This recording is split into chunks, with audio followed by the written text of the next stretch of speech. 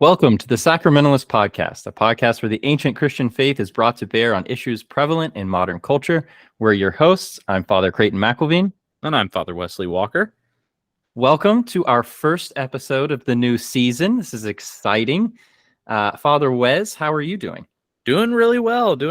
Had a good summer break. It was nice to get a couple weeks off, but it's also nice to be back and hitting the ground running. New season, new haircut. Got one today, so that's nice. And also our Jeep had a catastrophic engine failure. So yeah, been great since the last time we talked. How about you? I have not gotten a haircut and thankfully have not had catastrophic engine failure. I'm going to knock on some wood, pray a Hail Mary, do something to make sure that doesn't happen. Rub it in, why don't you? It's good. It's been a good summer on my end. Staying busy and looking forward to the autumn. Actually, got some cool things coming, so looking forward to that. But other than that, yeah, trying not to just wither and die from the heat. It's 100. It's 100 degrees today, where I am. 100. What's wrong with this place? Yeah, it's not been a great summer for weather. It's been very hot here too, though not as hot as Atlanta. But it's not nice, and it's one of those days where you want to stay inside and turn the air conditioning on and feel like a Southern Belle and fan yourself. That's exactly what I think about when I think about you, Southern Bells. Yep, that sounds about right. Today, on this episode, we're going to get into a really cool topic. I think this is a good one. But we're going to be talking about the 7 deadly sins, which is a big topic, and we're going to do our best to try to cover everything and not keep you here for hours and hours on end. But the 7 Gotta deadly, catch them all. Yeah, they're like Pokemon. Don't try to catch all the 7 deadly sins. Don't do that.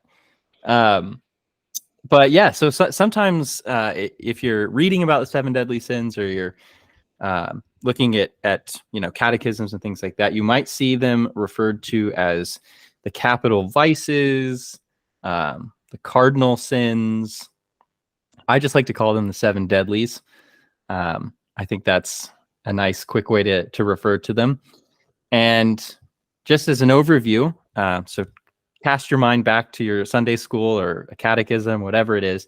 The 7 deadly sins are pride, greed, wrath, envy, lust, gluttony, and sloth, or sometimes called acedia.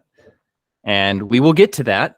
And later on in this season, we'll also be dealing with specifically acedia, and we will look at the virtues, both cardinal and theological, and how they help us to wage war against the vices. Now, I don't know how you feel about this, or if you have a strong opinion one way or the other. I kind of like the term capital sins instead of deadly sins. And of course, in both of these, and no matter what we call it, we're talking really about vices or habits, dispositions of the soul that then result in actions, right? A brave person is more likely to act bravely in a given situation, but the merit comes from the actual action itself. And the disposition is the kind of grounding of the action. So if you are a greedy person, you will probably in a given situation act more greedy.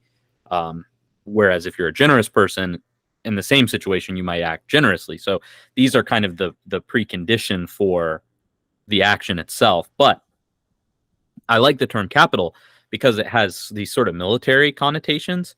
So in The Noonday Devil, which is a great book about acedia, which we'll talk about this episode and in the episode on acedia, Jean-Charles Nault, who's the author, susses out the significance of the term capital sins. He says capital sins are vices that bring along the reins after them in much the same way as in an army, the file leaders have a whole line of soldiers behind them. The expression capital sins, therefore, refers not to their seriousness, but rather to the aptitude of these sins to engender others, which gives them a particularly formidable character. You can think about some of the ways this gets talked about, where the capital sins have daughters, they reproduce, or you might see them depicted in terms of trees, and the same is true of virtues, right? But of trees, tree of life, tree of knowledge of good and evil, and the vices, the branch with the capital vice will branch off into smaller branches with the kind of result of those capital sins. So I really like that terminology. And of course, I think we should make it clear that Hugh of St. Victor is the one who inaugurated this way of speaking about capital sins. That's very important to make sure that we give him credit where credit is due. Yeah, of course, you're going to pull out some Hugh of St. Victor, which we always appreciate. I live to please. Yeah, no, I agree. I think capital sins makes a good point, because they really are the captains, right? Leading the troops towards a particular action, or giving the foundation for a particular action. So I think that's really helpful. And I think it's especially helpful too, again, when we look at virtues coming up. We often talk about the cardinal virtues, and you can talk about these as like the cardinal sins as well. And that really means the hinge on which that action takes place. And so these particular vices really do sort of lead us in a particular direction. They may not be mortal sins in and of themselves, but they are the groundwork for the sin that comes after. And I think that's an important way to look at it. Just in terms of some background and some interesting tidbits here too, I think it's important to also note that the concepts of vice and virtue aren't strictly a product of Christianity, but I think we can make a really strong argument that the articulation and definition of those vices and virtues has really had its flowering in Christian theology. And you can look back at Aquinas and Bonaventure and tons of medievals who are really doing some heavy lifting here to try to articulate what these virtues and vices are doing in our lives. But if you look historically back into the Greco-Roman world, into Greek and Roman philosophy, in both those societies, there is a huge tradition. Think of Plato's Republic, for instance, where there's praising of virtues and condemning of vices. Someone like Horace, the Roman author, instructs his readers that the thing you must do is flee vice, because that's the beginning of virtue, and to have got rid of folly is the beginning of wisdom, which I think we would all resonate with, now as Christians doing theology. Little interesting thing too, because I think Eastern philosophies and religions are interesting and worth study. We see a similar kind of characteristic, a sort of universal understanding of virtue and vice in the Eastern philosophies, in Buddhism and Hinduism. In Hinduism, there are the 6 enemies, and it's almost exactly the same list as the 7 deadly sins. And basically, those enemies prevent the individual from attaining moksha, which is the Hindu sort of conception of enlightenment or liberation. They are the foundation, the enemies which pull the individual to and fro like passions, leading the person down into suffering, dislocation, what we would say is sin. So in many ways, the 7 deadly sins are doing the same thing. They're the extremes of our natural appetites. They're unruly passions which hold us captive in their alluring embrace. They're really pleasurable in the moment. They're easy to fall into, but ultimately they're going to drag us in the wrong direction. The virtues kind of pull us in the right direction.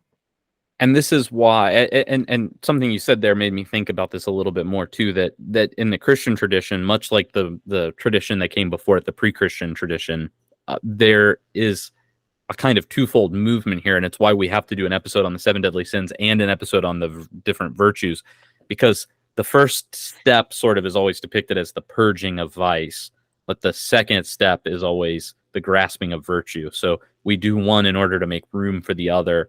I think Cassian has this intricate diagram in the Institutes where he talks about religious knowledge as a category.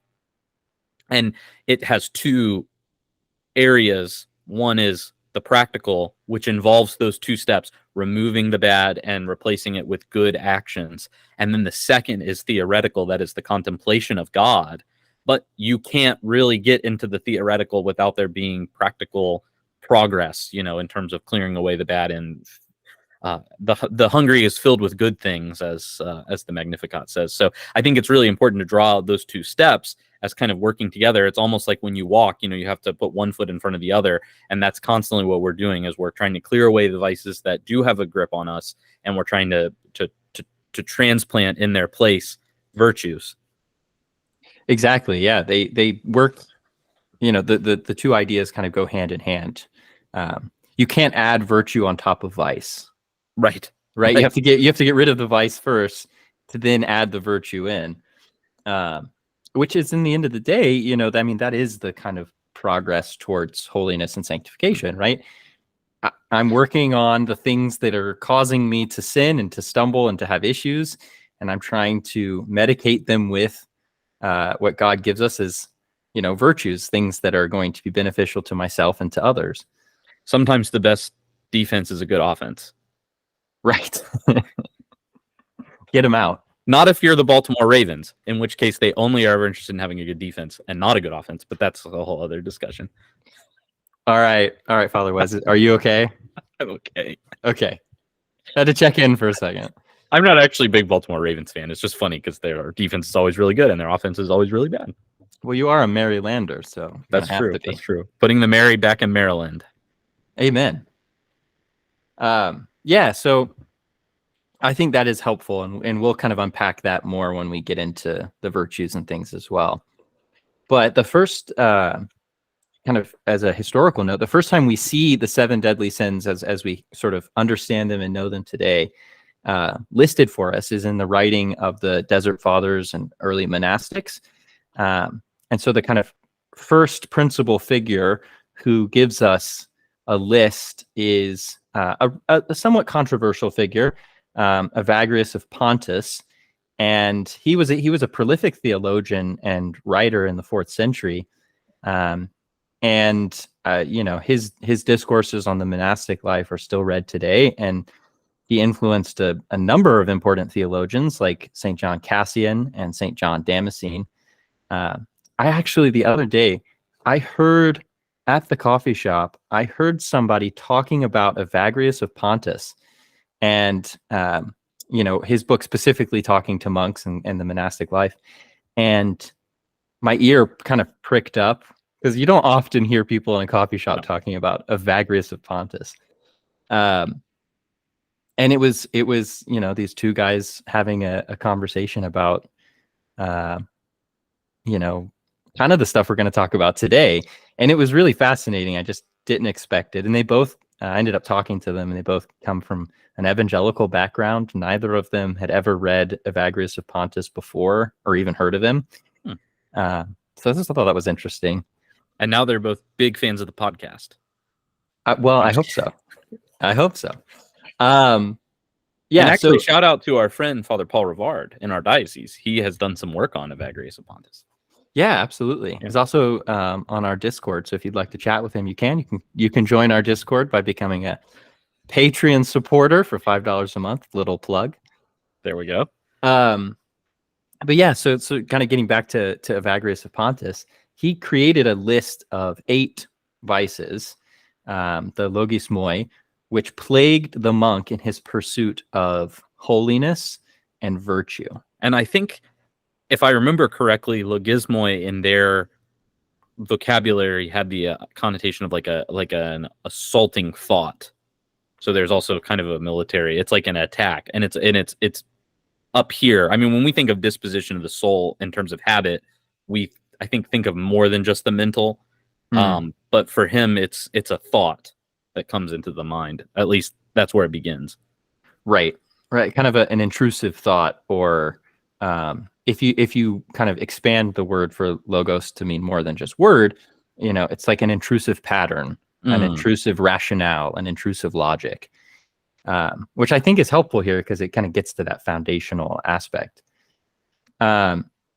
his list originally included 8 vices, and if you go look up his list, you're going to basically see the same things. He includes like boasting or vainglory, and that then gets picked up by his student, which is St. John Cassian, and he kind of translates that list into Latin, brings it into the Western tradition, and begins writing on it. And the first time we sort of get the list of 7 is a little revision that was done by St. Gregory the Great, and he basically takes the something like vainglory, for instance, instead of saying that's a separate thing, he puts that under pride, and says it's kind of a subcategory. And like we talked about with the trees, pride is a big category. It's going to lead to different things, like maybe boasting. And so that revised list of 7, and that's the list we provided earlier on, is the one that gets picked up as sort of the list, the 7 deadly sins, and work is done by medievals like St. Thomas Aquinas. And if you're interested, he does treat this very extensively in the Summa, so you can go find that if you're interested. I think it might be helpful too to talk a little bit about what we mean when we talk about vice as opposed to virtue as we're entering into this list. So virtue traditionally is found as the golden mean between 2 excesses. So vice often exists on both ends of the spectrum, and the virtue is more towards the middle, the space in between.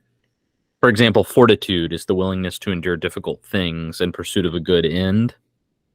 That lies between cowardice on the one hand, the vice of deprivation, and stupidity, or rashness, I guess we could call it, maybe is more politically correct, which is the vice of excess.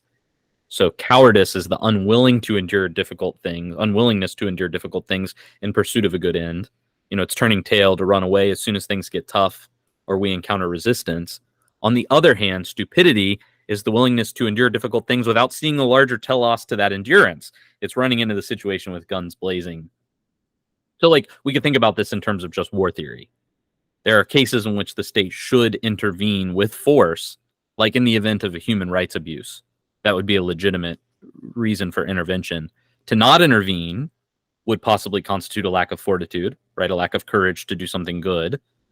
At the same time, a state that's always intervening too readily, we won't name names, and or without a chance of achieving victory, so the intervention is pointless or just for its own sake, should reconsider how they intervene because they've given into the vice of excess. And of course, these apply to us as individuals in whatever context and situations we find ourselves. I mean, how much should we eat? We can think of the 3 bears. Mama bear and Papa bear are the vices of deprivation and excess, respectively. Baby bear is the golden mean. He has everything just enough, just the right temperature, just the right comfort level. And so we should want to kind of be in the middle there between 2 extremes. Yeah, and the sort of Renaissance maxim, moderation and everything, I think applies here, because that's not about necessarily the practicality, right? It's not like you should eat less, right? That might play into sort of moderating and modulating one's excess. Maybe one is gluttonous. You should eat less. But that idea of moderation is sort of getting to this idea of pursuing virtue, and virtue not being this life of extremes of, kind of going too far or not going far enough. And there's a kind of qualitativeness that goes along with this too. So, I mean, we hear the word moderation, and I think a lot of times we think lukewarm. You think of American politics, and that's being a moderate is almost kind of an insult to a lot of people. You're in the middle. You don't have the backbone to pick a side. One or the other. When we talk about moderation or temperance, what we really mean, I think, is fittingness. So it's knowing that that in order to enjoy a thing, it has to be used properly. So when you're at a feast, you don't eat the same way at the feast that you would eat on a Friday during Lent, for example, because one is appropriate. There are different levels of appropriateness or fittingness when it comes to eating. And so it's really unfitting if we feast on a Friday on Lent, and then we go to a nice party, celebrating someone's birthday or something, and we don't engage in the celebration. Both of those are unfitting or immoderate or unvirtuous in a way, Yeah, and the church does a great job of teaching us how to do that, right? The seasons of feasting and fasting are a great way for the church to teach us that there are appropriate things, that something is good when it's in its right place. Yes. This reminds me, I'm having deja vu. It's also true too, liturgically speaking. I mean, I think some of our listeners know that I'm a bit of a liturgy nerd, but in the liturgy, sometimes there are things that are done at certain liturgies that are not done at other liturgies. So, for instance, at different points in the church year, the Gloria goes away. Mm-hmm. A weekday mass, there isn't necessarily a creed. And that doesn't mean the creed's not important or that the Gloria isn't important because it goes away. What it's doing is saying there's a proper time and place for it. So the fullest, biggest, brightest solemnity is going to have all of these pieces to it. It's a liturgical feast. And that there are other times to sort of facilitate a more contemplative, quiet, more meditative liturgical experience. The church pares things back, privates the mass, where we get missa privata, private mass. It doesn't mean alone, it means privated, taken away from. And that's okay too. That serves its place. That's part of its proper place. And so the church is really trying to teach us in very subtle ways the virtue of moderation, temperance. Where this might also come out is in Adam and Eve, right? When they want to be like God, well, the scriptures tell us we should be like God. There's a sense in which that's not a bad desire. It was a kind of immoderate desire, an unfitting desire, a wanting to be like God in a way that's not quite right. It's not fitting for the creature to want to be like God in that way. But there are ways in which as creatures we should. So they want what they want in a bad way and they act on it. And so that becomes a problem. But wanting to be like God is a good thing.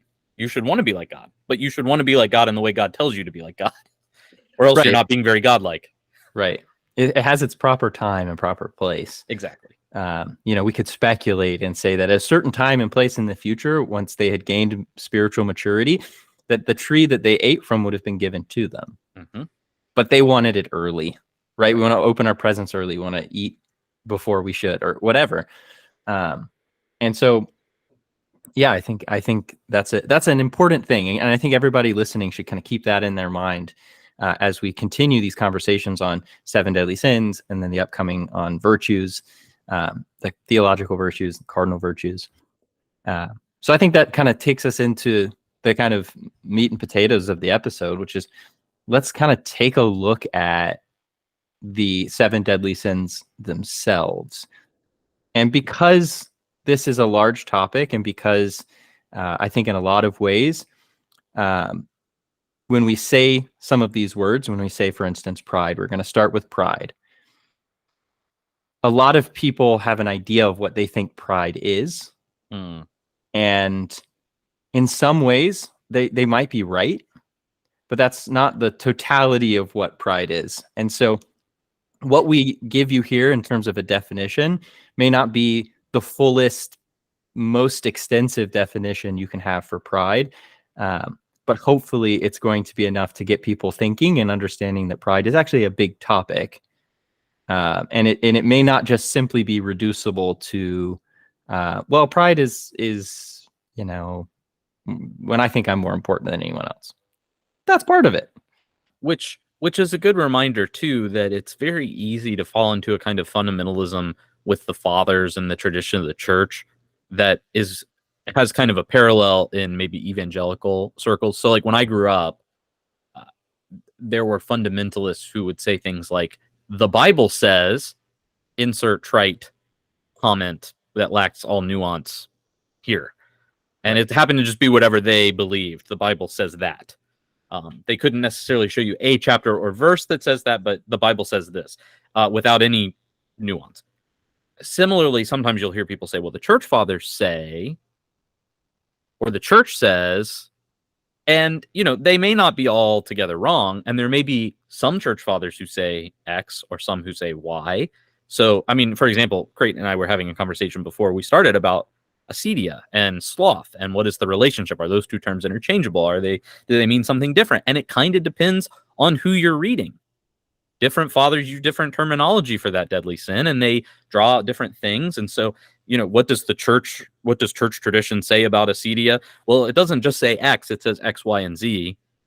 And it doesn't always neatly parse those things out. And so we have to come along and kind of do the work. So even the definitions we offer here may be slightly incomplete simply for lack of time and space, but also just because these are really nuanced conversations that are pointing to these really heavy problems that can be encountered in different ways by different people at different times in different contexts. Yeah, and it's easy to talk about like biblical eisegesis. I mean, we're used to that because in Christian circles, we're used to hearing about exegesis and like how do you properly explicate the scriptures and all these sorts of things. That you can do that with the church fathers and church tradition too. Just because one father says something doesn't necessarily mean that is the most complete, perfect definition of that thing.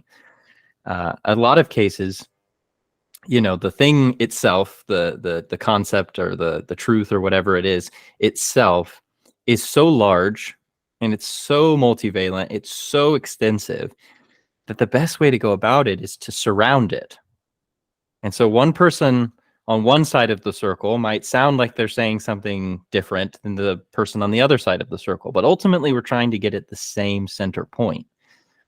And so, yeah, just bear that in mind as you sort of approach really anything theological or even biblical.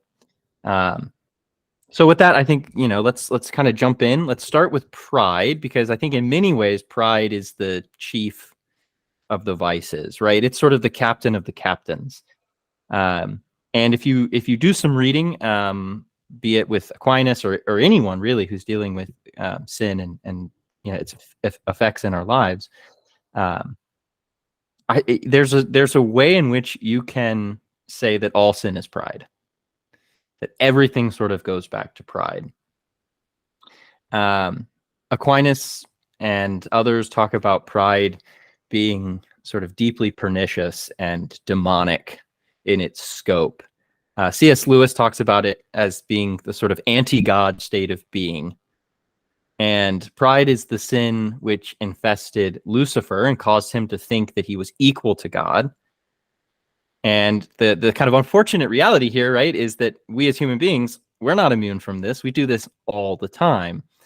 And so with pride, we deceive ourselves that we're either good, like we are too good, or we are too evil. I think this is an aspect of pride that doesn't get looked at enough. So the one that we might expect to hear is that we're so good, right? We think ourselves so correct, so superior to others that we're very selfish. We act against love of God because we're like, we're better than that. We're good. We don't need any help. We act against our neighbor because I'm better than my neighbor. And so maybe I know more than him, or I'm prettier than she is. So there's a real kind of underlying lack of humility and selflessness. And I think that's probably the definition most people understand as pride. But the flip side of that is actually despair, because despair itself is the vice of pride. It's the vice of deprivation of pride. Exactly. We think, in the first instance, we think ourselves so good that we don't need God. Well, with despair, we think ourselves too evil, too bad. Like, I'm so bad that God can't save me. And that severs our relationship with God, because it's saying that your badness is more superior to God's goodness. It's a negation in and of itself. But we think we don't need him, or we think he's not powerful enough to save us. But in either event, it's our own sort of self-image, our own self-conception that is thought of as more powerful than God, or more powerful than God's ability to save us. And that will lead to our downfall. And, I think everybody is probably familiar with Proverbs 16, pride leading to destruction. Because ultimately, if you want to use maybe an ancient Greek word for this, I know Father Wes, in your other podcast, The Classical Mind, you guys are going to be doing some Greek tragedies coming up. And so a lot of times when you read Greek tragedies, you're going to hear the word hubris. And I think that's, an important piece to this, right? There's that sort of tragic fall. You think you're on top of the world, and then something, your world crashes down. Or as the medievals like to talk about, the wheel of fate, right? Sometimes you're at the top and you're living the high life, and then other times you're at the bottom of the wheel getting run over. In fact, in that podcast, we talked about Boethius, where the wheel of fate is really important. And that's kind of his point is, all these circumstances come and they go, and it's possible that when you're up high, you think, oh, well, I did this all myself. But that's never actually true. I mean, especially as Americans, we buy that myth of kind of self-sufficiency, pull yourself up by your bootstraps, a kind of rugged individualism. But at the end of the day, it requires a whole host of factors: where you're born, who your family is, how you're raised. Do you have the same opportunity? Do you have the opportunities given to you with which you excel? All those kind of things play into it. So it's never just raw, pure determination. There's a whole host of things that go into success, and because of that, things can come and things can go. Yeah. Also, by the way, I think of like a really gritty Western movie where there's a character who's like, this would be a great tag for a movie like that. There are some sins even God can't forgive,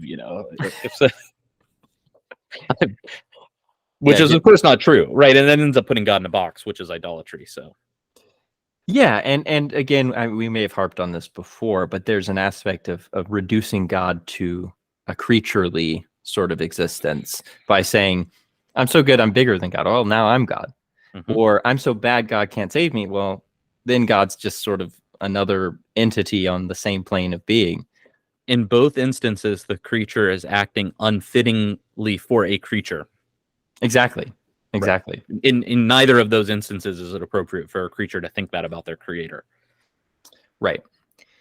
And pride leads to a whole host of sort of practical problems, right? So you have this kind of spiritual issue that's going on with this idolatry of self, this lack of humility. Well, then you're constantly going to be, sort of transgressing against your neighbor. You're going to be, you're going to act badly towards your neighbor. You're going to, say things that are nasty. You're going to act unlovingly. If you can put God in a box and treat him like he's another creature, what does that mean for how you treat other creatures? Right. Everything is going to be used by you for yourself. Yeah. To make yourself feel better, to, step on the little guy, whatever it is. Mm-hmm. And so you can really see how a lot of the other seven, the 6 other deadly sins can really kind of maybe in some ways be sort of slid into pride and say like, okay, this kind of really does encapsulate everything. Because it's really a misordering of existence. It's a misunderstanding of your place as it relates to God and neighbor. And, really everything is going to flow from that. The next one is greed. And Cardinal Manning, who I recommend people read, he has a book called Sin and Its Consequences, which is a really great sort of primer on some of these things. And he says that greed plunges a man deep into the mire of the world so that he makes it his God. And that's, again, we kind of talked about that with pride, but following Cardinal Manning, I think we can say that, greed really is taking a worldly good, money, a house, food, any of those sorts of things, and making it the thing you worship the most. It's a form of idolatry where the individual spends their energy and their effort in hoarding and amassing and gaining more than what one needs to survive to live a kind of prosperous life. In pride, the person puts themselves too high. In greed, things that can be good when used properly are elevated to a place where they become ends in and of themselves. So Boethius, for example, in Consolation of Philosophy says, well, money's fine. I mean, you can use money for good, but the best use of money is to give it away, because then you'll have more friends and you won't have to worry about it so much. Right.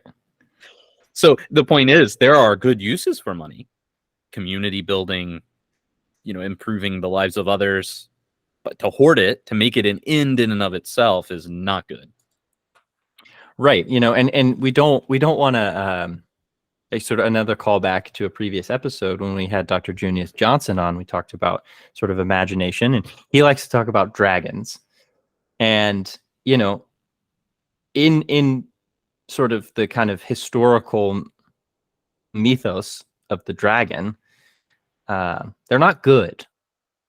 They are greedy, right? They have their hoard. Think of Smaug in The Hobbit, where there's no good being done with the gold and the treasure. But the dragon is, he will kill and destroy to protect his treasure and to hoard his treasure and to get more treasure. Don't be a dragon, people. And one wonders why. I mean, what is it worth it to the dragon other than that it's shiny? I mean, it's not like, do they have their own dragon economy and he's buying dragon stocks with his gold or something? There's no market value for these things. Like money is inherently relational. Yeah. And so when the dragon sits by himself with his hoard of gold, it's like, well, this is actually really dumb. Yeah. Aquinas talks about how this, like pride, leads you into great sin. Because, given the fact that greed, sort of elevation of something that could in itself be used for good, to a position of deity, right? Like it is the idol you are worshiping. What is the natural impulse in the human person as relates to religion and God? It is sacrifice. It is ritual. And so the human person becomes willing to sacrifice whatever needs to be sacrificed on the altar of X. Gaining more money. Well, that might mean that you defraud the laborer of his due, which is a sin that cries out to heaven. It might mean cheating. It might mean neglecting your family for workaholism.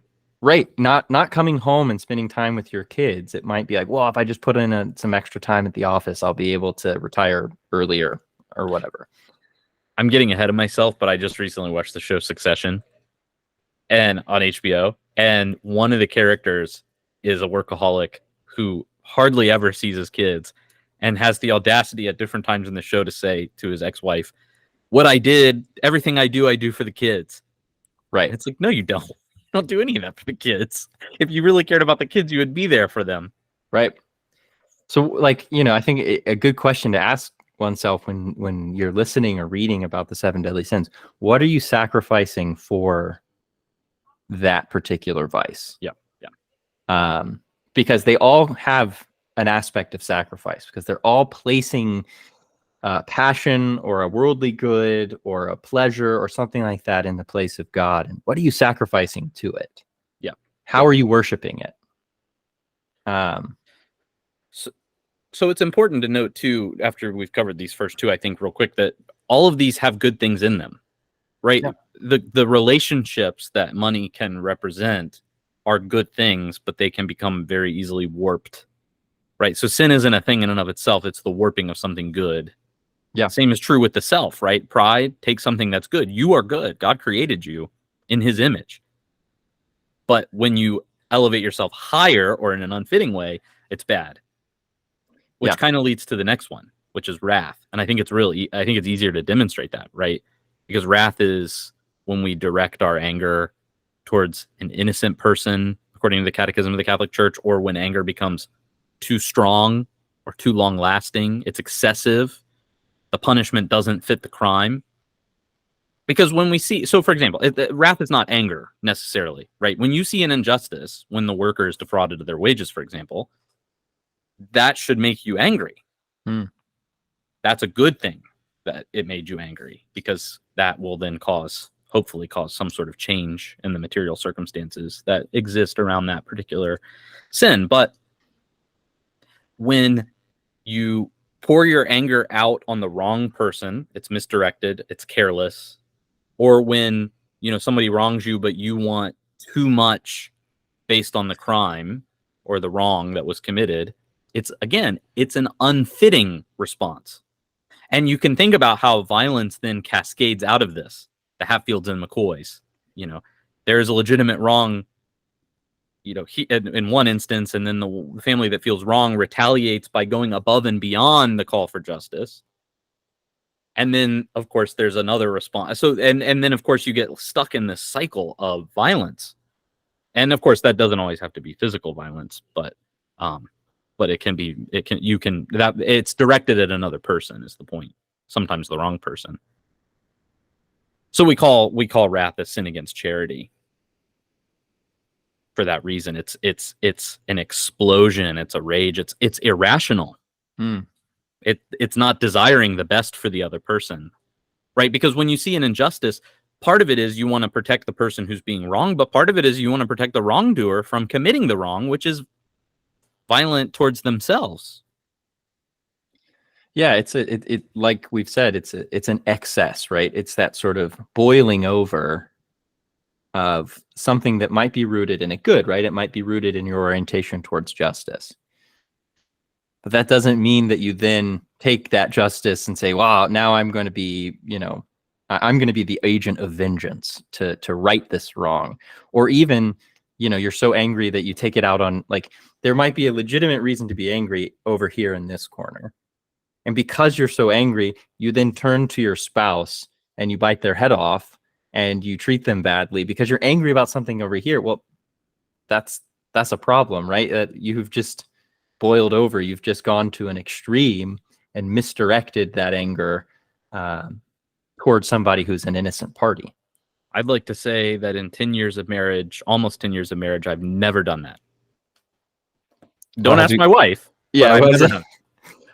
Sacramentalists interviews Caroline to talk about this. Sacramentalists interview Saint Caroline. True. But yeah, I think that's an interesting point, because I think a lot of cases people will talk about sort of anger and wrath as being synonymous, but there's a sense in which there's sinful anger, and sinful anger is wrath, right? Like you can sin in anger, but that's not necessarily the case. We can see times when our Lord himself is angry about something. Think of the temple and the money changers in the temple. Oh yeah. He was angry at the Pharisees for being blind guides. Yeah. And ultimately, when we allow that to tick over into that sort of explosion, that excess, that's when it really becomes dangerous. It becomes really harmful to yourself personally, right? The Cardinal Manning again talks about how angry people are slaves to themselves. Right. Which I think is a really interesting way to look at this, because you're being sort of pulled around by your own passions. And, I think in many cases too, when we are angry, when we are wrathful, there's a sense in which deep down we know we're doing the wrong thing in the moment. Oh, and I think actually that can make it worse, right? That's like fuel for the fire, because you're acting irrationally, but then that makes you even more angry, and so more you irrational. continue pouring gasoline on the fire. Mm-hmm. Absolutely. Yeah, there's an interesting moment of sort of introspection that happens when you're angry. That initial burst might not be there, but in the midst of it, it's sort of a universal human experience that like, I should not be saying this. I shouldn't be doing this. And that's where it gets worse, I think. I mean, like, the initial burst of anger, one might understand. You see something really horrific and you get angry. Maybe you see a hit and run. You get really angry at the car. But then if it involves you, doing something totally... And then once you have that moment where your mind maybe slows down, you think, what what the heck am I doing? But then you keep doing it. That's even worse because you're intentionally setting aside your rational faculty to continue into the spiral of irrationality. Exactly. Well, I think that kind of takes us, I think we can kind of jump into the next one here, which is envy. And like sort of greed or lust, envy is an uncontrolled desire. And I think sometimes too, when we think of the Ten Commandments, we think of sort of covetousness, which is, there's a sense of wanting and a sense of resentment that goes with envy. So we can envy someone's looks, their money, the promotion they got at work, their car, their house, whatever it is. But with envy, there's this sort of underlying lack of the sort of goods, the virtues of gratitude and thankfulness that kind of, in a sense, propels us towards wanting something to fill that void. And again, the sort of good here is that, we are social creatures, and so we engage in these relationships with other people, and good things happen to other people, bad things happen to us. Someone has a nice car. I think most people want a nice car. Like, there's a sense in which you can look at something and be like, wow, that's a really beautiful home. I'd really like to have a beautiful home like that. But when it then begins to break down and destroy your relationship with your neighbor, because you are selfishly just pursuing what they have instead of being thankful and grateful for what you have and the position that you're in life, that's when it begins to shred that interpersonal bond. That's when it really becomes a sin against your neighbor, and a sin against God, because you're not thankful for what's been given to you. And it breaks down that kind of fabric of society. Aquinas, I think, is really helpful here, because he kind of breaks it down into three pieces. And he says that an envious person kind of first attempts, in desiring the thing, attempts to lower the other person's reputation. And then the envious person becomes either sort of joyful at someone else's misfortune, or, grieved that the other person has been prosperous. And then it ticks over into the third kind of stage, which is the envious person begins to hate the other person. It begins to shatter that kind of bond of that relationship, that bond of civility, and destroys that love of neighbor, because you can't have it, so you might as well hate that person for having it. I think that's the real key, because, if you want something just to want it, you're potentially in the sin of greed more than anything else. And so you and what you want is going to be socially conditioned, right? I mean, you want the nice house. Everybody wants their family to have a house that's big enough for them to survive in, that, is nice enough that they can be comfortable, and there's nothing necessarily wrong with that, though. If you're doing it as an end to itself, that becomes greed. But when you see someone else have something and you don't want them to have it, is the real key. I think as clergy, we can fall into this when we see that so-and-so gets appointed at X parish, and we think, oh, really? I don't want them to have that job. I don't care who it is, but not them. There's a kind of malice there, right? You see this in academia, it's like, oh, so-and-so did their doctorate at that school. I don't want them to do it there, because that, and so there's a little bit of jealousy. There's a little bit of greed wrapped up in this, but it's really that kind of malice, I think, directed at the person who has it. I don't like them for whatever reason. They shouldn't have it. I want it, for me instead. I should have it. And again, you can see how pride and greed are in the background here, at least.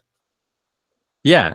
And it just totally breaks down your relationship to the other person. You're going to hate somebody because they have a nice car or got a promotion. Man, like, you hear that sort of in an objective sense, right? In the kind of thought bubble that is us having this conversation right now, and we're like, man, that's silly. But then you actually get out into the world and you're like, oh, I do that all the time. You know? Right. And I find it's helpful when those thoughts come up. I mean, not that I have in any sense mastered this, but like, just pray for the good of the other person. Right. You have to get outside of yourself, outside of your desires, and you have to sort of rewire your heart to affect, to the effect of the other person, right? Yep. That they have good things, pray for them. Yeah. I pray that thing does what it's supposed to do for them, that God uses that to grow them, to make them better, to, whatever. That's a great solution or a medicine to envy. So I guess that means we can move on to everyone's favorite to talk about, which is lust. Definitely everyone's favorite. Definitely everyone's favorite. Oftentimes, lust can be associated with a kind of intense longing for something or someone. Lust is often a sexual sin. That's probably the first thing that comes to mind. I mean, that's why we framed it that way, everybody's favorite sin to talk about, because it's often weird sex stuff. An uncontrolled sexual desire, right, leading to something like fornication or sexual impurity. We talk about, what Jesus says, it's not enough just to not do the physical act with someone else who's not your spouse. It's even when you're thinking about them in your mind in a way that's inappropriate, that's lust. So it can be sexual, but it can just be kind of uncontrolled carnal desire in general. So it's this kind of inappropriate or unbridled desire. Could be for a physical object just as much as sexual gratification. It's that inversion of proper desire. And I think also there's an aspect of lust that involves a kind of objectification. It's treating someone else or something as a kind of it to be exploited. In which case, so like greed, you might elevate the thing above too high, but there's a sense in which in lust, you're actually devaluing the thing too much because it's just a sense of gratification. It's just an object. The house is important because it becomes a home. And there is a sense in which the home is this kind of abstraction or an abstract concept, right? Like the house becomes more than just the parts. It takes on something else because you and your family inhabit it together. So each place is not just filled with stuff, but with memories. But if your house becomes something that you just want to use to exploit, which I'm not really sure exactly what that, I think I got myself in trouble going down that road because I'm not exactly sure what that would look like. But then it's you're objectifying it in a way that's probably not good. Yeah, and I think too, like in the process of objectification, in the sort of disregard for the status of the person, for instance, there's also this aspect of like a negative aspect of like fantasy and escapism that goes with it. Again, in a similar way to sort of envy, where you're not sort of thankful for what you do have, or the place that you find yourself in, you then sort of have this uncontrolled, like unbridled creation of a world that is not real, that is not true, that you then engage in a particular, like a sexual fantasy, right? Where you have this, it's not a real world. You've objectified the person just to fulfill your own desire. And you're now in this like world of this sort of really dangerous, damaging sort of imagination that's disconnected from your own sort of embodied experience. And there is a kind of selfishness at the core of this, in that, I mean, I think the context of marriage is really helpful, because in the context of marriage, there's this kind of mutual self-giving, and that expresses itself obviously in the sexual act. And so when, if one spouse is spending a lot of their time and energy on lust, whatever that looks like for them, whether that's purely a thought life or the use of something like pornography or an affair, that is not just hurtful to the person because they may perceive that as a lack of desire for them, the other person, but it's also you in a very real sense, stealing energy and attention from that person, which is the proper channel, the fitting channel for you to act in that way. And you're redirecting that, you're stealing it, and you're putting it somewhere else, which is, again, it's not that the desire for sex is bad, right? That's a good thing that God created, but you are using it in an unfitting way. Yeah, and you know, I think of like the giving and taking kind of analogy there. That in marriage, you know, you're sort of giving yourself to your spouse, and you can take the sexual out of it. That it's an expression of that reality, but in the married life, you give of yourself. And it's why we have things like emotional affairs. You don't have to just have enough. It doesn't. You don't even have to have a lustful thought, and it's still an immoderate or improper or unfitting way of relating to someone else. Right. And you can, in a sense, use any sort of like an emotional affair or a sexual fantasy, pornography, whatever it is, and it's this sort of act of taking rather than an act of giving.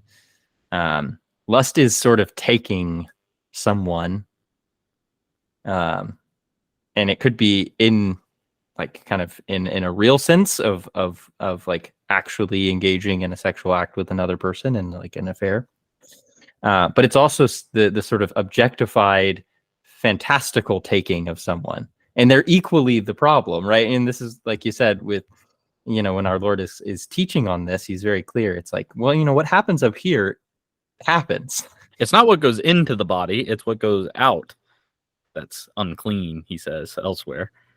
Yeah.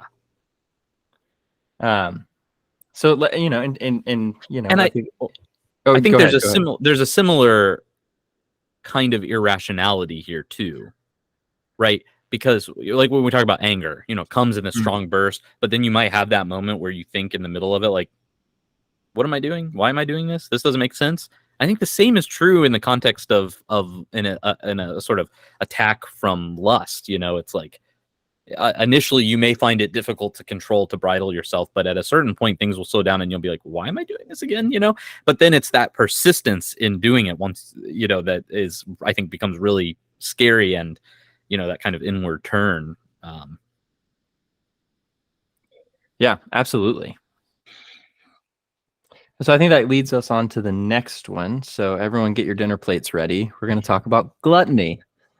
And I think we're pretty used to sort of defining this one, but gluttony is the sort of just overconsumption of anything, really. And the Latin root of the word glutere literally means to gulp down or to swallow. So this is a very sort of visceral kind of one of these sins where it's overindulgence in food and drink, and it's not one of those things that's just bad for your health, because it is. Like, you can overeat and then develop heart problems, you can develop joint problems, you can make yourself sick, you can give yourself acid reflux. Like, it's all there. Many of these have psychosomatic, like anger. It's like somebody who struggles with anger, there are health effects that can come with that, Yeah. And gluttony and lust. I mean, what we know about like the neurobiology of the brain or neurochemistry of the brain, and how porn can affect that, is really bad. And so there's a bunch of, like, these aren't just spiritual realities as if they're sectioned off from biological ones. There's interplay over both. Yeah, absolutely. What you do with your body affects your soul. What you do with your soul affects your body. And like, to ignore that fact, I think, you do so at your own peril. But gluttony is one of those things that really makes a mockery of moderation, like we were talking about at the beginning. It is the inverse of moderation. It is just going to an extreme, in excess, like that wild, obsessive extreme, which damages our ability to moderate and restrain ourselves. And so food is not bad. Drink is not bad. Going to a great restaurant, go enjoy it. There's a time and a place for everything. And we as human beings are used to thinking in terms of like beauty and art and things like that. Well, food is the same thing. Food is enjoyable to us. Food tastes good. And, we're not being told by, the church or scripture or anything that, you just need to eat brown sludge every day and get past it, right? Food is something that is enjoyable and it's naturally enjoyable to us.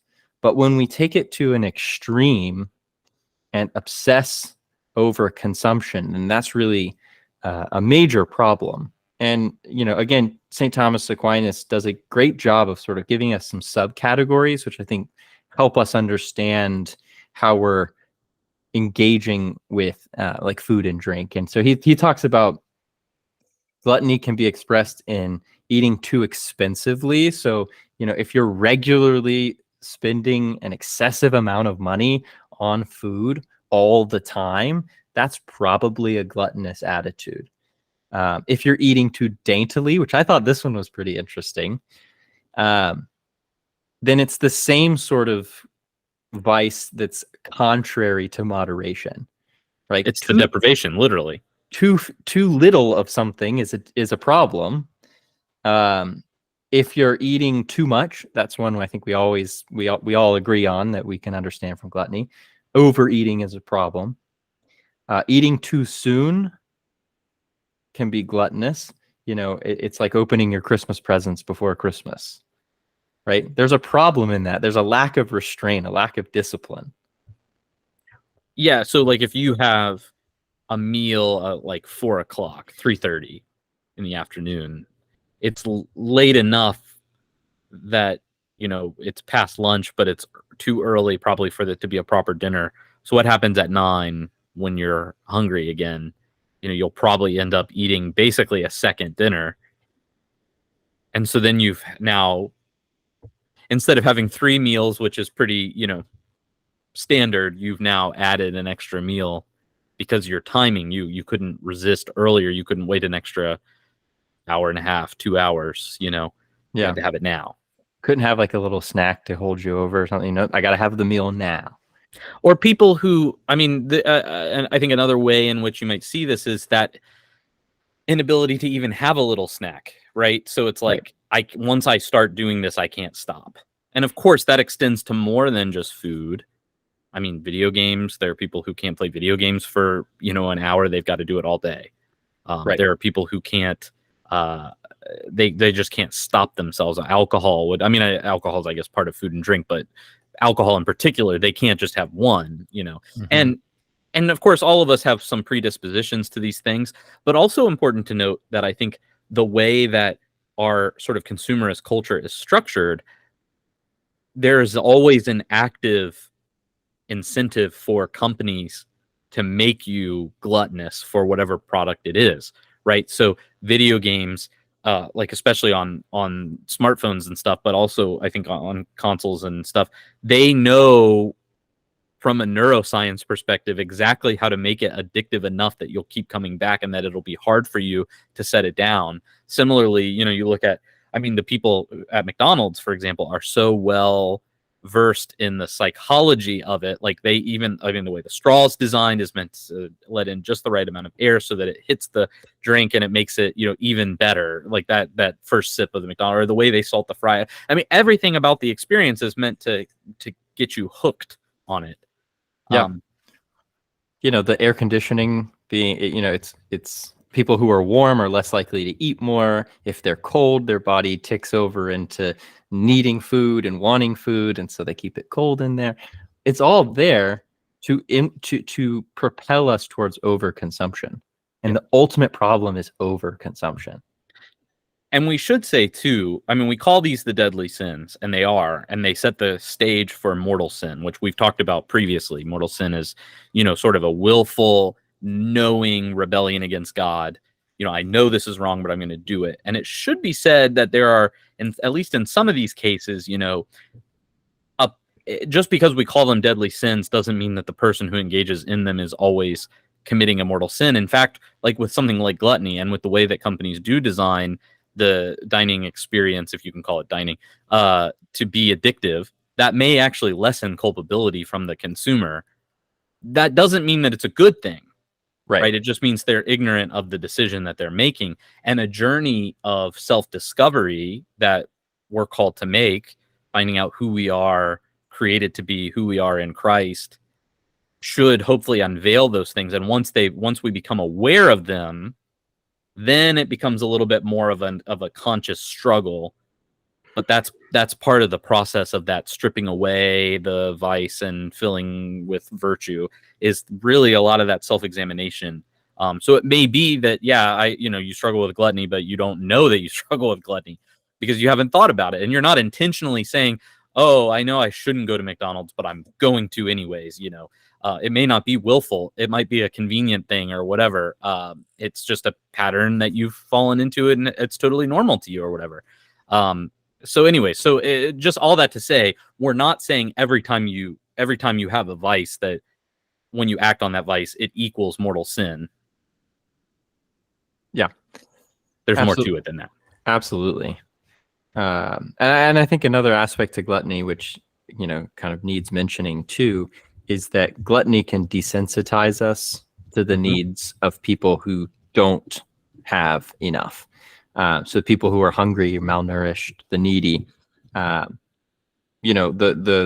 fact that we can, afford expensive this or too much of that might desensitize our ability. It might deaden our ability to see what people need, and their lack of access to food or healthy food, whatever that looks like. But yeah, overconsumption, don't do it. All right, I think this gets us to the last one. And since, you and I were talking about sloth and acedia, I think this is one of those topics that is very important in the kind of modern world. And I know that you are, you're going to greatly looking forward to doing the full episode on acedia. But I think since we are going to touch on acedia in a future episode, we're not going to go into crazy depth here. Hold on, listeners and viewers. The acedia episode is coming, and it'll be a big one. So wait for that. Look out for that. But I think it's important to note too that the word itself means to not care. And was originally used, at least some of the earlier uses pre-Christian era, or would be people who wouldn't bury the dead or their dead and their family. So going back to our Tobit episode, right? That's one of his big concerns, is to go bury the dead. And everybody in Israel has kind of lapsed into this state of acedia because they won't bury their own dead. Yeah. And that sort of lack of care, if we want to call it sloth or acedia, if you look in medieval art, a lot of times the 7 deadly sins are depicted with animals, and sloth is depicted as a snail. And I think we do sort of undervalue that particular word. We sort of reduce the idea of slothfulness to laziness, and there's certainly an aspect here of laziness, but that doesn't kind of get us to the whole picture. But with this particular vice, it really is a sort of lack of interest or a habitual disinclination to exertion or to action or to a good. So sometimes you'll see it also described as a sort of indifference to your obligations, or an indifference towards your obligation to God, a general sort of malaise that disregards your own sort of obligations and responsibilities. So this is sort of a sin of omission in a lot of ways. It's the opposite of action. So in doing nothing, you are actually doing something. So you lack attentiveness to your duties. You lack care for God or for family or for friends or for yourself. And someone like Geoffrey Chaucer, who classical mind, you guys have done We're Canterbury about Tales? to. This is coming up here. Well, no, we're not doing Canterbury Tales. We're doing one of his other works. Oh, okay. So in Chaucer's Canterbury Tales, in his in the section with the parson, you see he kind of goes into the idea of sloth and acedia, and it's this sort of languishing or holding back from a good work because it might be hard, tiresome, difficult.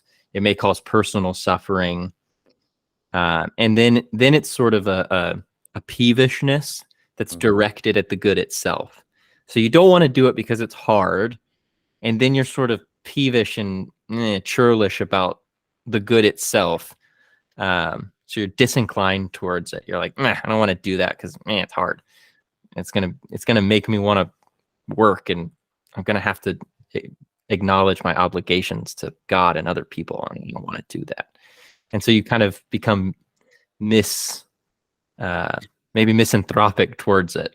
Well, and there's a kind of restlessness that goes along with it too, right?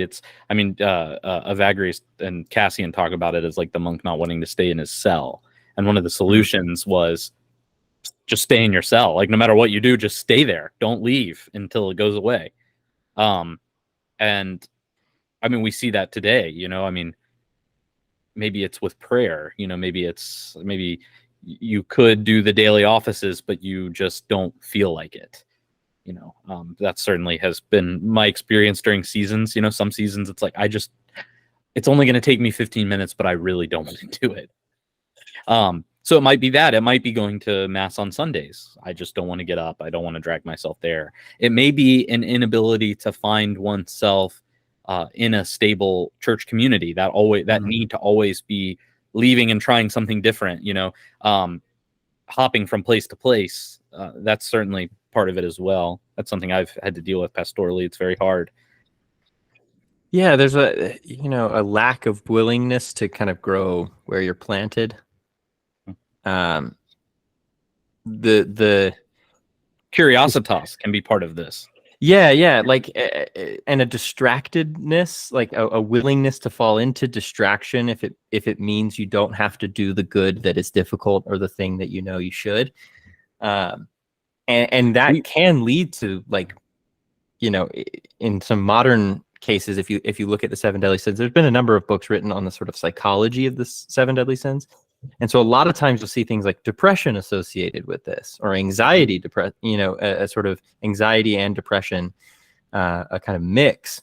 And that's because you should be doing the thing, you don't want to do the thing, and you are anxious about doing the thing. Like it all goes together. I have had some of my most profound ideas for other projects while I'm working on a really long project, right? Like when I was writing either of my theses, it's like in the middle of that thing, man, I have about 100 ideas for articles, books, podcasts, whatever. And then as soon as I finish that project, I lose all of it. But in the middle of those projects, man, all that other stuff sounds really interesting. Anything but the thing you're supposed to be doing. Right. Absolutely. If you go back and read like Evagrius or John Cassian, yes, they're writing to monks. Okay. Yeah, sure. They're writing to people who are living this, ascetical, contemplative life. And they're really kind of face to face with some of the they're very aware of these particular issues. But it's not just monks. No. It's every Christian.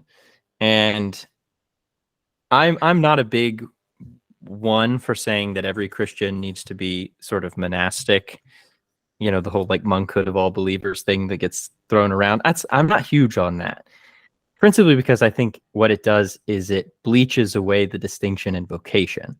That some people really are called basically to go into battle in a monastery for their own souls and for the souls of others. The monk's vocation is to pray, and to pray for the world, and we need the world to be prayed for, and it's to pray for themselves. It is the thing that God has made them for their own salvation. And I don't want to I don't want to break down that sort of distinguishing of vocations and say like everybody has this sort of thing. But what plagues the monk, maybe in an extreme way, is always going to plague the Christian. They're just sort of more attuned to it in a more direct encounter. I was going to say, it makes sense to me that some of these early writings about the spiritual life in terms of the history of the church would come in monastic contexts, because monastic contexts are such clear distillations of the Christian life, whereas those who occupy secular vocations, while having a dignity in and of themselves, there are a whole lot more nuances to living a secular Christian life that the monastic doesn't have to worry about. I mean, right, this is why St. Paul tells people, well, if you don't have to get married, maybe don't, because then you can focus on pursuing Christ instead of having to worry about your spouse and you feeding your kids and all that kind of stuff. So it makes sense to me. And I do think, by the way, we had Greg Peters on, who wrote Monkhood of All Believers.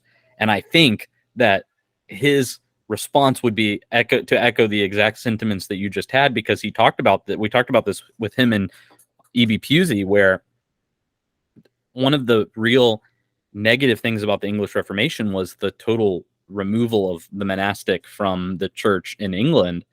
And what you then have is a kind of deprivation where Christian people, especially children who are growing up in the church, don't have the monastic in front of them as an option. And so they don't know that they may have this calling to be a monastic and have no idea how to live that out or be faithful to it or answer the call, because they don't have models in front of them to do it. So it's really, it can be, you're exactly right, that we can, if we diminish the monastic vocation, it's bad not only for the people who are called to it, but really it's bad for the whole church. Yeah, and some of these things, they find their fullest articulation in the monastic context, and then they filter down to everyone else. And I don't think we need to like place monastic sort of asceticism on the average person, with their family and things like that. Right. And that's kind of my thing, is like, I don't think we need to, expect everybody that they're going to be, you have to have a job and a family and a this and a that and the other, but also you should be like, praying all of the hours every day, and you should be doing this, and this. You can incorporate aspects of that life into your life in a way that is not onerous or going to burn you out. But the way we talk about our spiritual experience, I think it's really great that it has sort of trickled down to us from the monastic tradition, because what they give us is a really precise insight into the human experience of God. And so something like acedia, something like sloth, we really need to become aware of it in our secular lives. Maybe doom scrolling on Instagram is an expression of acedia. And we need to develop some spiritual practices, mentorship, spiritual direction that's going to help us deal with that. Maybe you do need to delete the app, or whatever. Like that might be something that needs to happen, because it's becoming a pattern of behavior that's preventing you from the good. And ultimately the good, when we look at something like acedia, is the obligations that we have to God and to one another. Yeah. And if some pattern of behavior in your life is preventing you from going to church, going to mass, being involved in the community of your church, having real effective substantive relationships with your family or the people at your church, then yeah, maybe we should deal with that pattern of behavior. Yep, absolutely. if your right hand causes you to sin. Maybe we should bring this episode to an end so that our listeners don't start suffering from restlessness that comes with acedia.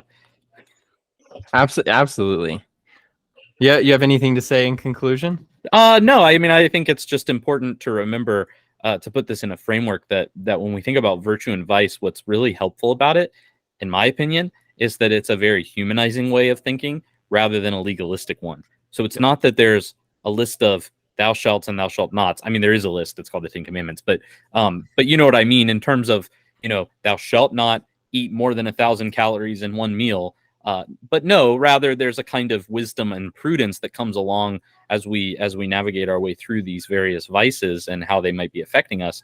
Maybe the solution is not that we deprive ourselves or that we go, full-fledged into excess, but rather, again, that kind of goal of fittingness and moderation that really does matter. And if we pursue those things and we do them well with wisdom, then we become more human. And I think that's really important. And that's the end goal. It's the laws don't exist for themselves. They exist for us, for our benefit. Yeah. It's ultimately about a very pastoral, humanized way of understanding our relationship to each other, our relationship to God, and the things we do in the world, the patterns that affect what we do in this world. Mm-hmm. One thing one of my confessors does often, if I confess something about, not that I've ever done this, but snapping at my wife or something like that, he'll say things like, I mean, he won't give this as a penance, but he'll say things like, hey, why don't you do something nice for your wife? And I think the purpose in that, I mean, it sounds kind of trite almost, but the purpose of that is okay, you've identified a bad thing that you did or a negative thing that you did of that maybe comes from a vice. So do this nice thing for your wife as a way of building that kind of muscle memory. Do something nice, and then it becomes easier to do nice things.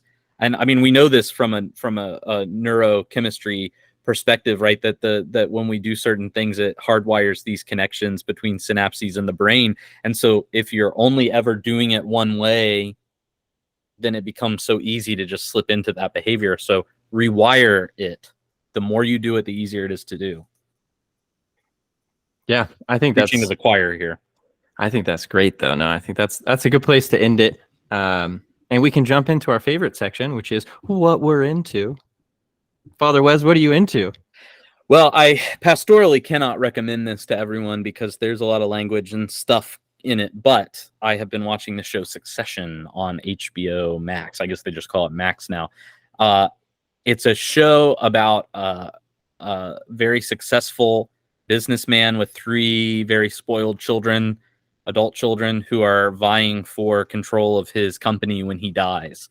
And there are certainly themes from Hamlet, maybe Macbeth too, and also Greek mythology, a lot of sort of allusions to Greek mythology in it, which have made it very interesting to me. But also just as from a writing perspective and a character perspective, just a really well done, well acted show. And so I just ended it yesterday, and man, it's definitely going to stick with me for a while. So yeah. What about you? I've had lots of people recommend Succession, by the way. You should watch it. I haven't watched it yet. I haven't watched it yet, but I plan on watching it.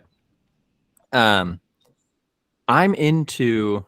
I have to have mentioned this before. One of my favorite authors is Bernard Cornwell, and he wrote the Sharps series, and he's got a bunch of other series. But I will regularly go back and reread his books. I have all of them. And I think the last episode I may have said Fools and Mortals, which is his book, sort of set in Shakespearean England and with Shakespeare's younger brother. But I am currently into another Bernard Cornwell book, which is called Harlequin. And yeah, no, pastorally, maybe, parental advisory warning on his books, some language and adult themes, but really interesting character development and storytelling. And this particular series is his Grail series. And so it's about an archer during the 100 Years' War. And, it covers the Battle of Crécy, and it just gets into some really interesting stuff. Fantastic books. And they're kind of my... I don't know how to describe his books. I love historical fiction, but I'm reading like 3 or 4 other, nonfiction books. And when I'm reading nonfiction, I also like to have kind of a rotation of fiction going on that I can read at night before I go to bed, or that can kind of clear my mind. And so his books usually are kind of always going on in the background for me. But if you're interested in historical fiction, I would definitely recommend him any day of the week. But yeah, that's about it. Maybe next time we'll be into Succession. Who knows? Hopefully, we could do an episode, the theology of Succession. Yes, absolutely. All right, listeners and viewers, thanks for watching and tuning in. If you like what we're doing, you can follow us on Facebook or Twitter. Like and subscribe on YouTube. We've had a lot of growth there, so keep it up, guys. You're doing a great job. If you're interested, leave us a rating and a review on iTunes. And again, if you would like to have access to our Discord and some bonus content, you can join the Communion of Patreon Saints for just $5 a month. It's a great place, and the Discord is a fun community to be a part of, and we'd love to see you there. We recently acquired a resident Baptist, so that's we did. Yeah. We did, and he's putting up with us. He is, and we're putting up with him. All right, so we're gonna end the episode with a beautiful closing prayer that deals with the 7 deadly sins. So let us pray. O Jesus, model of humility, divest me of all pride and arrogance. Let me acknowledge my weakness and sinfulness, so that I may bear mockery and contempt for your sake, and esteem myself as lowly in your sight. O Jesus, teacher of abstinence, help me to serve you rather than our appetites.